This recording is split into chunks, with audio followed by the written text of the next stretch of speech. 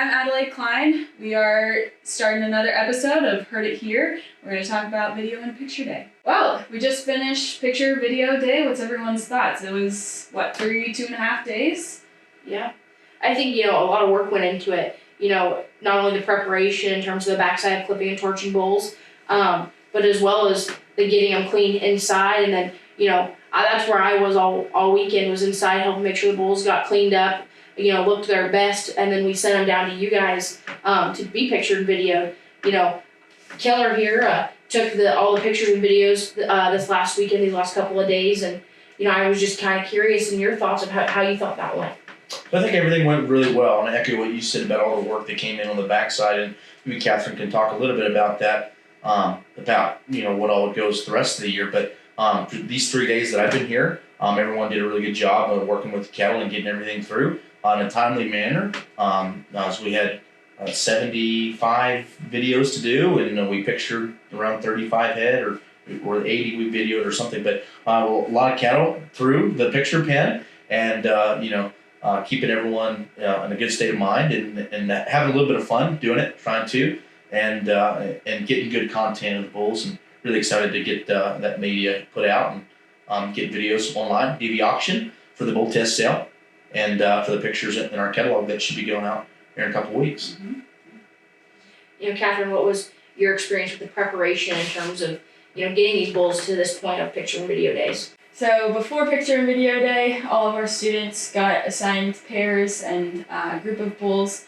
and we had to clip and torch them to get them ready, to get them pretty for Picture and Video Day, so Keller doesn't have to do so much editing.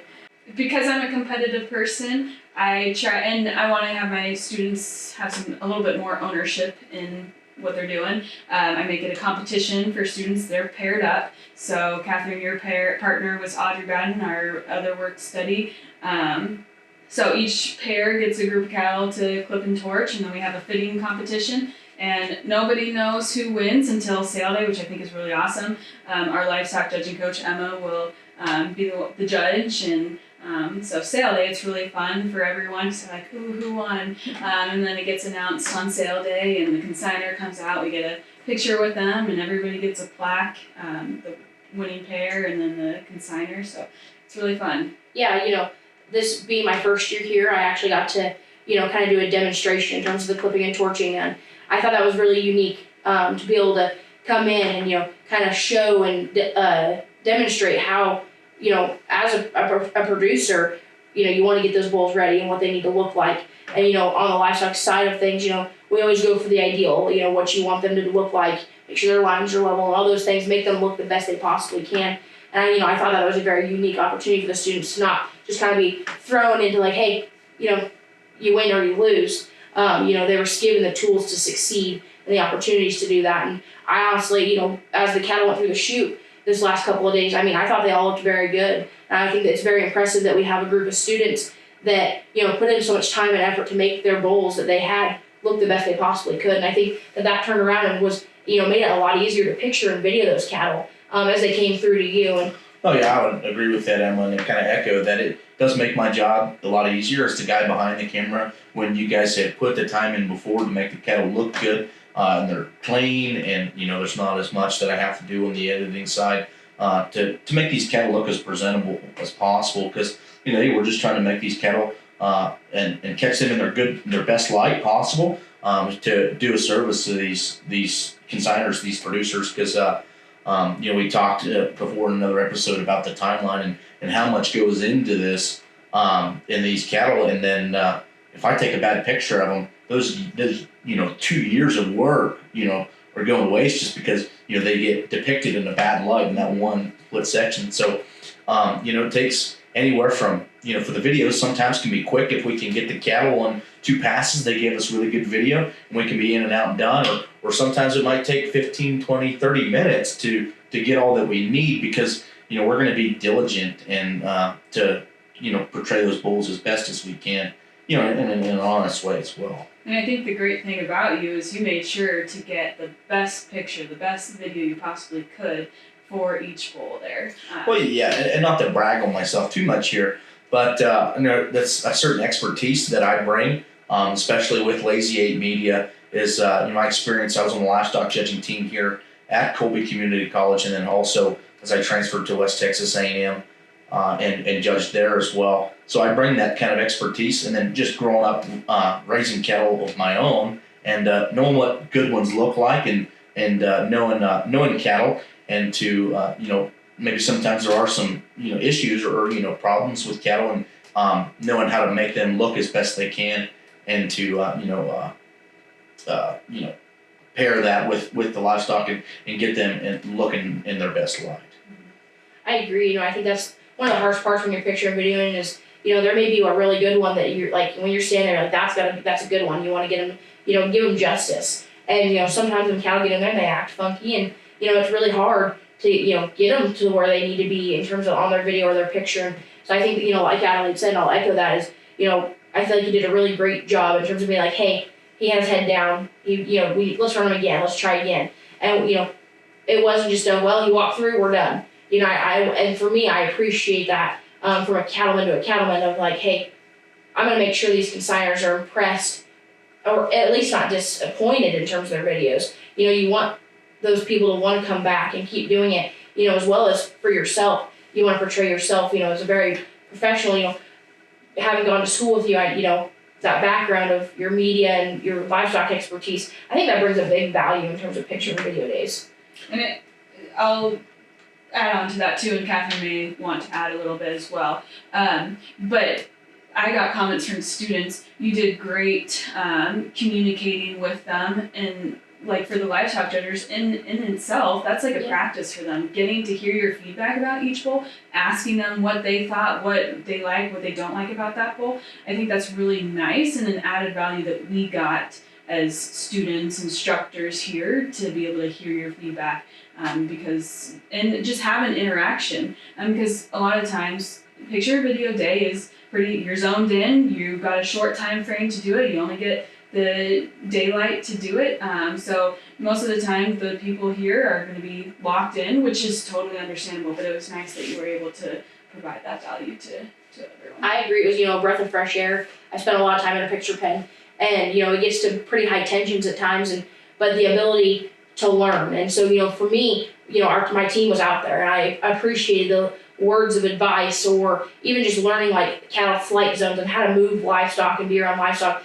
It's very important to learn how to move and be one with the livestock, because one, it makes your day easier in the picture pen, but in part with it too, just the conversation of like, hey, I don't like how this calf goes off of its rear too, or vice versa. They get to learn so many things from a different side or a different producer standpoint, or even just from the picture media side that maybe I haven't touched on, or that hearing it from you, they understand, or more of a click into it. And I think it's just very beneficial, like you said, for the students to not only, hear from me, but from another person as well that's in a different facet. Yeah, and I definitely think it was really beneficial for me to be in the picture pen at times, seeing the cattle come through, and definitely hearing your comments, Keller, and even your directions if you were seeing something from the outside that the people pushing and moving the cattle didn't see, and it being my first time ever doing anything like this, I think it was really cool to, learn from people who have done it before, and people who are looking from the outside, trying to get the bigger picture and make these bulls look the best they are. And also with all of these different bulls running through the picture pen all day long, it's a great way to look at how diverse the cattle we have here are, how different, and how these bulls that we have here for our bull test and sale can match different operations, and this one has exceeded in this characteristic, and this one would fit cattle who are here. This is a heifer bull, this one's more moderate. Just learning all those things like that has been really beneficial in helping me evaluate livestock, as well as probably all of my other fellow students, and also with the flight zones and all of that too. Well, thank you guys. I appreciate those words, but I mean, really, it's been a lot of fun. And like for me, it's good to get back and be back here and hang out with some old friends. And I just love evaluating livestock, and I don't think that's something that I'll ever be able to quit doing. Even though I'm not competing on a livestock judging team anymore, I can't turn it off. And if I'm looking at bulls, I'm going to evaluate them. and I guess being the guy behind the camera, I have a little bit of a captive audience. You guys have to listen to what I have to say. So I kind of took advantage of that a little bit and, shared my opinion. Whether you guys wanted it or not, you got it while we were out there. And I thought that was pretty fun to share and kind of give back to some of the things that I learned and, just listen to the different people and taking some constructive feedback. And sometimes as, tensions get a little bit higher in the picture pen, like, delivery might not always be the best, but, appreciate everybody trying to, be understanding of that and take that and just move on, and we're getting the job done. And at the end of the day, we had some fun doing it, and we got a good video. You're a new and up and coming in terms of the media side of things with your new business start. And I think, one of your first jobs being back here at Colby, how does that make you feel? It really makes me happy, as an alumni to be able to, come back here and work with this program. Like we said before, to see the progress that it's making, but it just means a lot more that this is kind of an opportunity to help me, bolster my career and appreciate Adelaide giving me the opportunity. She could have went with, a number of other, more established photographers and, videographers who have maybe more experience than I do. So I appreciate her giving me the chance to come up here and do this and to, bolster my portfolio a little bit. But it means a whole lot more. For me, because I am so proud of this place, and I'm glad I got to come back and help it out a little bit more. From an alumni standpoint, it means a lot to me to see other alumni come back and give back to the community that gave to them. And so, while we were in the picture pen and things like that this last couple of days, it just, for me, it was almost nostalgic to see somebody come back and give so much back to the program they gave to them. Oh, exactly. Like, I wouldn't be where I am without, the time that I spent at Colby and, all the hours that Adelaide poured into me, even though, I was probably a bonehead and, gave her more headaches than she deserved. But, I appreciate, everything and however I can give back, like, I'm happy to. And it's because, like, there's so many people that have given back.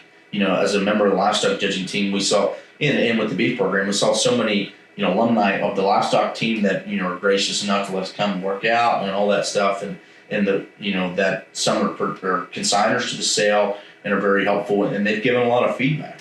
And I appreciate, the opportunity to learn from a lot of those producers and talk about cattle with them. And I guess I'm just glad that I get my chance to help out and share my opinion where I can. And as an instructor, like seeing alumni come back that were involved in the program, it makes me teary-eyed. Like, I am so proud of all my students when they graduate, and I fully believe in all their capabilities, and I believe that they're going to be successful for whatever they do.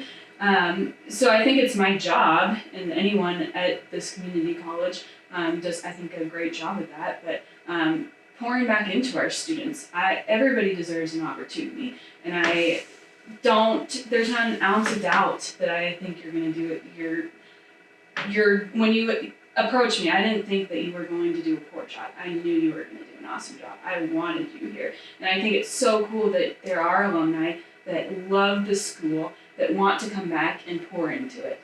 That makes my instructor heart so happy. Like, we did something right, that you guys are giving your time to come back here. So, thank you. But to add on what you said, I think that building an alumni arsenal is just so imperative, because none of us can do what we do without that support of our community, our alumni, and just on the judging side of things, we had a kind of a little reunion for our inductee and to the Hall of Fame, and just to see that overwhelming support and meet all those people, it's incredible. And as a student, I didn't understand that, and so now as an instructor and a coach, I get to see that side of things and watch these alumni come back and have so much passion and drive for what we do and support. And I think that that's incredible. And that's why when Adelaide told me you were coming to do this, I got excited, because not only were we on a team together, but it's just cool to have those alumni that have went out and found so much success, because it's prideful. We all hope, obviously, that our future endeavors go well. And if they don't, they don't, but you try again. And so I think that's really cool to see somebody who went out, struck their own path, and then, brought it back to home. And that's how I feel about Colby's. I've always found it as a home. That's why I'm back. I love this place. And I think, part of your passion for Colby comes from your time here. And so.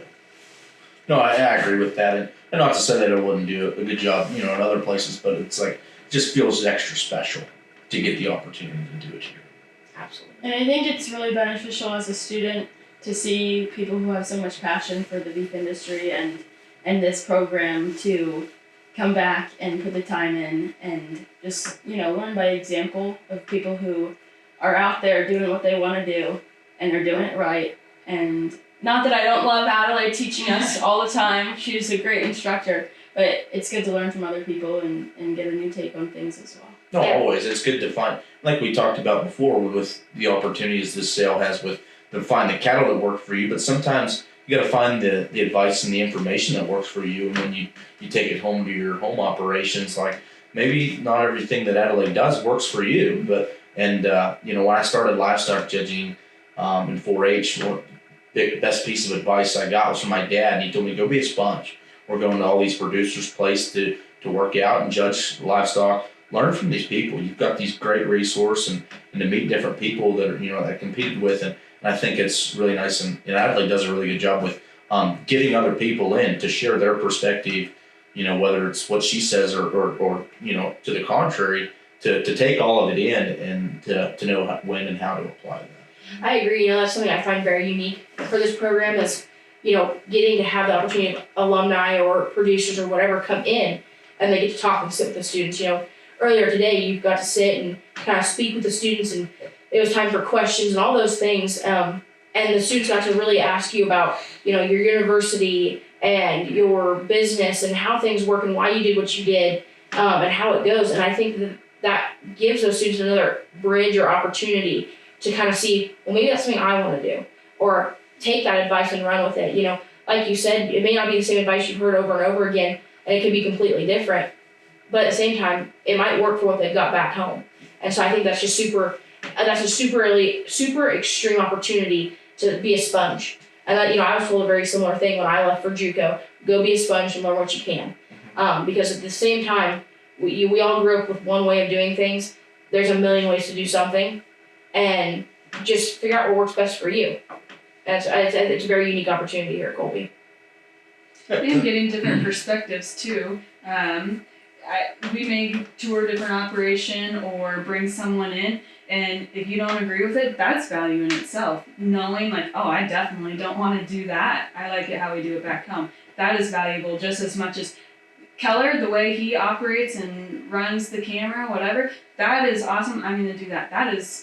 Those are both very valuable in itself. I agree that seeing what you don't want and what you do want, and instilling the wants into your program, and then making sure you keep the dislike or don'ts out. Because at the same time, it works for them, it may not work for you. And what your family, does, or even here at school, somebody could give you advice and you're like, well, that doesn't work for us. I don't like that. We don't do it. And you run with what you believe in, and it's a big part of it. And that's what makes it so successful. But it is nice to, at the end of the day, at the end of the work, whoever comes into the program, that you guys are all willing to discuss with the students. Because picture day, video day is a little hectic. There's not really time to, obviously you can conversate a little bit, but as a group, there's not really time to get questions in and kind of talk about past history, decisions you had made and why. So it's nice that you were able to take that time. It was a good, 20-ish minutes. So thank you for doing that, because that's you pouring into the students as well there. And that might have sparked, there's a few that are interested in ag communications and on the picture video side that you might have sparked an interest in them that if we didn't have those conversations, that might not have been sparked. So I'm happy to do it because it's opportunities that I've had and that I truly enjoy. So it's pleasurable for me to talk about. I'll always brag on Colby every opportunity I get. When I was on my tour at WT, we were touring this is all prospective students. And I was telling them, oh, you don't come here. These were high schoolers. I'm like, don't come here. Go to a junior college and then transfer here. Because I'm a huge proponent of the junior college program. Because I've seen it work in myself, and I'm really happy with the opportunities they had that I wouldn't have gotten as an in-house kid at a university for all 4 years. And the same thing with WT. I'm love to brag on WT. It's a great school. Shameless plug. Go Buffaloes.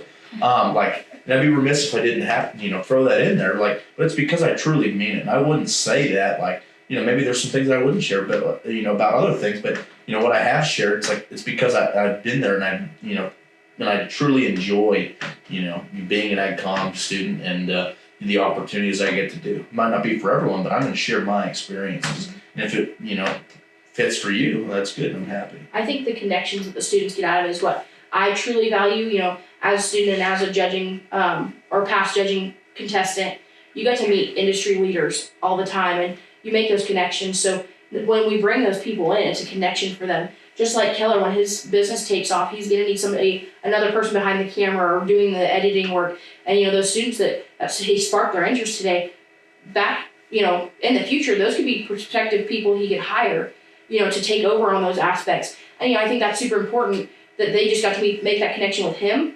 But not only that, he now has a connection with them. Hey, I need somebody to come in and shoot this sale. Would you be willing to do it? And it just goes hand in hand and ties back together, like we always say. All these programs and this industry, it's all one working business. Mm-hmm. And so to make those connections and have those opportunities, because at the end of the day, we all have to have a job. And so they get those opportunities meeting you. I'd say I had a really good opportunity in my time at Colby in building a network. I was in Texas and I had someone looking for a hog, and one of my teammates, raises really good hogs, and he knows people, and trades a bunch of hogs, and we're able to find someone through that. And it's building that network and being able to use that network of people to help you. And it's something that I was really happy for the opportunity to get to meet those different people and fill those pieces of the puzzle where they need to go. Absolutely. Very beneficial. So we have two Pennsylvanians here, but didn't know each other beforehand. No, kind of crazy small Grew world. up similarly, in location. 3 hours apart, probably. Yeah.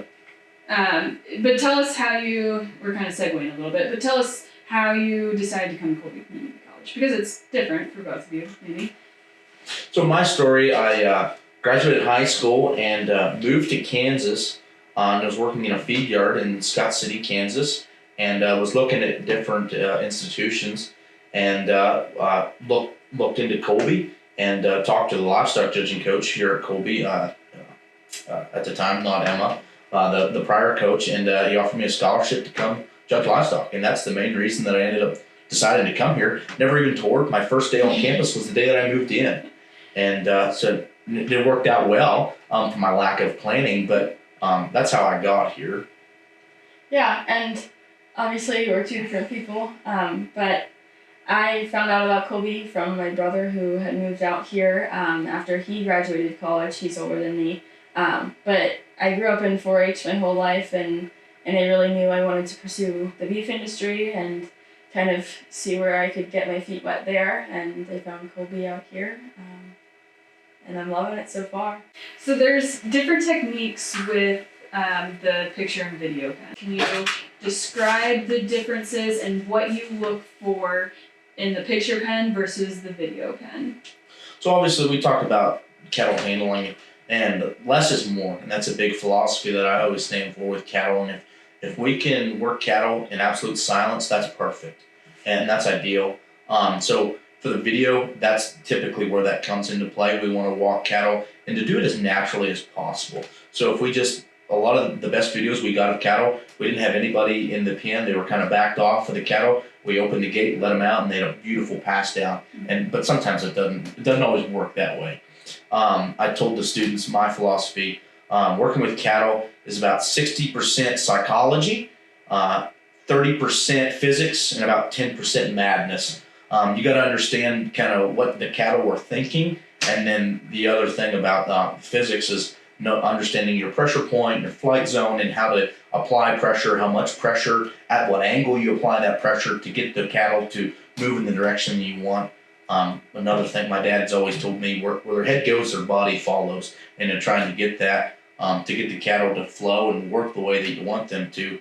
But then there's that 10% that sometimes they just don't work the way you want them to do, and there's nothing you can do about it. So yeah, when we're videoing cattle, trying to get them to walk and flow as naturally as possible. But then, as we talked about before, getting the cattle to look as best they can. So get them to walk with their head up, and not all cattle like to do that. And they're in a different environment, and they like to walk through that straw. And sometimes they'll go and take a bite of the straw, or they'll sniff through it. And so we want to try to walk the cattle down through, and then yeah, a little bit more pressure is needed. But then the picture, that's maybe about 60% madness, and everything else gets dwindled down a little bit more. So when we're picturing cattle, we try to get them to walk naturally and to stop into it, and we want them to be open to the judge, as it was when I showed cattle, but backwards, because we picture on the left side instead of the right side. So we need to get the cattle to stop with their legs set up just right, and to get them to pick their head up and pull their ears forward and have their tail down. And we need to do all of that. So we take lots and lots of pictures, and to get them to get their head up and their ears forward, sometimes that's where a lot of the madness comes from. Whatever we can do to get those cattle's attention. Sometimes more is more than. Then that's where the more comes in, and a little bit of craziness and mad noises, but that's kind of the difference between the picturing versus the videoing. Did you have a favorite picture video day as a student freshman year? As a student, I definitely think I liked videoing more, just because things keep moving, and it's not so much getting frustrated with an animal for, just standing how he wants to and not how you want him to.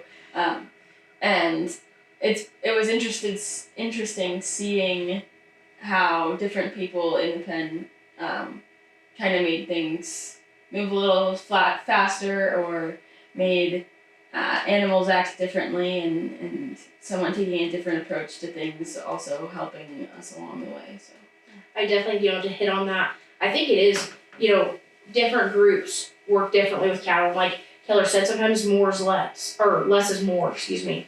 And so, you gotta have the understanding of cattle and how they work. And, like that, for those pressure points and things like that, there's some cattle that you don't need to be in front of and some that you do to slow them down. And just kind of understanding how to handle cattle.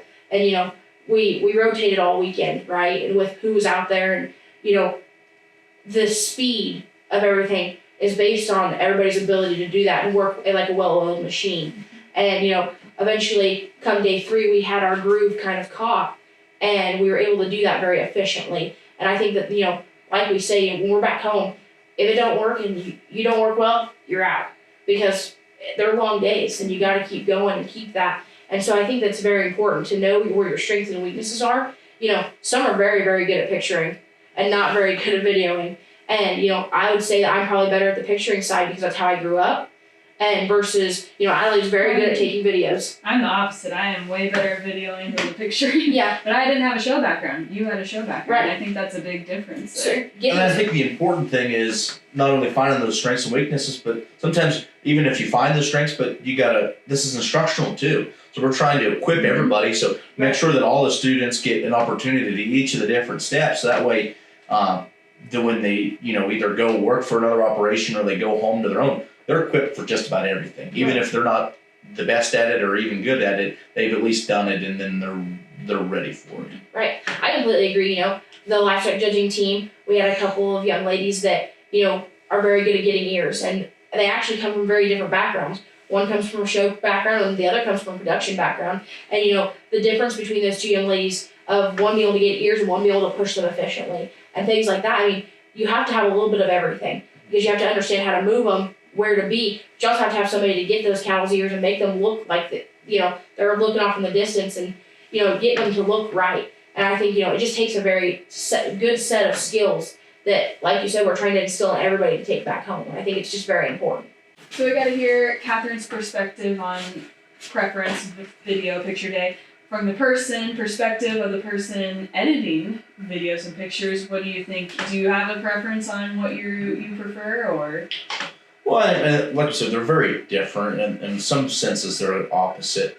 Pictures, a little bit easier to wean down just because it's a picture. With a video, video could be, well, if I know it's not going to be good, I'll just cut it. So I got like 2-second videos that I got to weed out, and then sometimes it could be a 20, 30, 40-second video, and I have to watch the whole thing to make sure if I got anything, and sometimes there's not. So video takes probably the most time. The pictures I can weed out, and then editing, and sitting down and editing pictures for me, I think can be pretty fun. I could talk before about trying to make everything look as good and put out a good product. Photography is probably the easier part, I think. Once you get the footage, in the post production, It's easier to edit photos than it is to edit videos.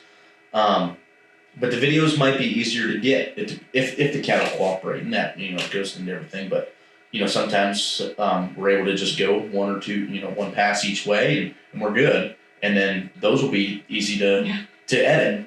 But when the cattle didn't do what we wanted them to do, sorting through all that to make sure we have something good. Unfortunately, we don't have remote controls. No, we can't remote control the cattle. We try to do as best we can, but it doesn't always just work out. In the video too, I have to do the same kind of editing to fix the lighting and stuff. And we got maybe not the best weather, but some decent weather to shoot footage. First day was really sunny, so that came with some shadows, and that affected some things from the lighting. And the second and third day, maybe a little more dreary days, but so we didn't have the shadows, but it was really dark. So all of those pictures and videos from yesterday and today, I'm going to have to enhance to get the brightness and the exposure up because it's just so dark on that. So not only do I have to find the video where the cattle look good, and then once I weed everything out, then I have to enhance everything to make it look like I know what I'm doing as a photographer. So that's a challenge too, to balance the first priority is the cattle to look good. But as a professional, and I want people to see this and maybe give me a call to do their work, I want it to look like I know what I'm doing too. Yeah. And when you take the picture, you obviously want to get them as set as you possibly can. So then on the back end, less editing. Yeah, the more work we you do, in shooting, the easier that the post production becomes because there's only so much you can do. We talked about the process of making cattle. That's where the hard work is because I can't fix them, in Photoshop. Not ethically or whatever. You can fix structure, and some people choose to, but someone that tries to do ethical work, there's only so much you can do to fix the animal. So when we try to shoot them and find them in their best light, that makes it a lot easier in the post production. That I can just fix the photography end of things, and we've got the cattle side dialed in, in shooting. Big question for me and maybe some other people that are interested in this line of work. What really sparked your interest and got you started into taking pictures and videos? So the reason that I became an ag communications student is kind of looking at the ag industry as a whole, and especially the cattle industry, because that's kind of my, my background and my passion is the beef cattle side. But just looking at what the industry needs, and I looked at the major divide between producers and consumers and a lot of the misinformation that's going out, and we need more ag advocates and ag communicators out there. And that's what made me choose to study ag communications. And the university at WT is a very media-based ag comm program. Some universities like Oklahoma State is a lot more journalism-based, where WT is more media-based, but still does some of the journalism too. So that's kind of how I got into the picture and video side, and learn this skill and really appreciate the opportunity. So tell us about your brand or your name for Lazy 8 Media. Yeah, so my company is Lazy 8 Media. We're specializing in livestock marketing solutions. And so in brand notation, the Lazy 8 is the infinity symbol. So I want to be a holistic one-stop shop for production sales because I've developed a lot of skills, kind of a jock of all trades, if you will. So I can come in picture and video your cattle, and then I also do graphic design, and I can design your sale catalog, any flyers or advertising media that you would need, social media design and social media management. And I also dabble in auctioneering. I'm not a professional by any means. I have sold some cattle here at the Colby Bull Sale, sold some heifers my freshman year here. I'm not licensed or everything, so maybe one day if I do get licensed, I could even auction the cattle off. So you call Lazy 8, and we come and do everything, and you don't have to worry about anything. So that's what my aspiration for Lazy 8 Media entails. And that's really nice because there's a lot of people that go into making a production sale work. Your videographer, your picture people, most of the time are different, could be different. There's the auctioneer. That's so nice that somebody can just go to you and It's all encompassing. it's all there. They don't have to worry about planning schedules with 3 other people. So that was really nice. Exactly. As of now, Lazy Eight is me. It's a, one-man band. But as things continue, potentially other people, and it'd be all you just call Lazy Eight, and then we handle everything. Well, since you're an alumni at Colby Community College, what is a piece of advice for students in the beef production program?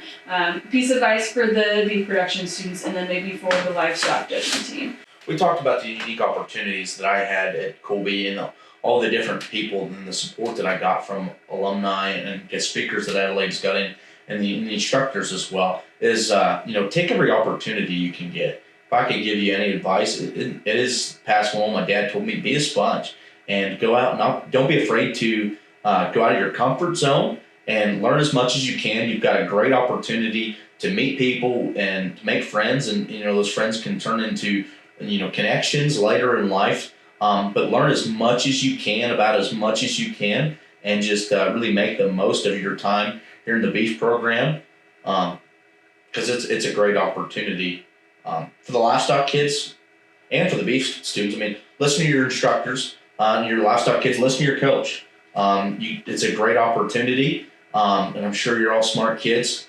But listen to your coach. She knows what she's doing. She's an expert. And again, when you go to different producers to work out, listen to what they have to say, because they're the expert of their operation, and they do a really good job, or else you wouldn't be there, evaluating their livestock. So listen to what other people have to say, and make the most of the opportunity that you have in your 2 years in junior college. Well, Keller, thanks for beefing up our knowledge. This is our Heard It Here podcast. Thank you for our other guests here. So, till next time.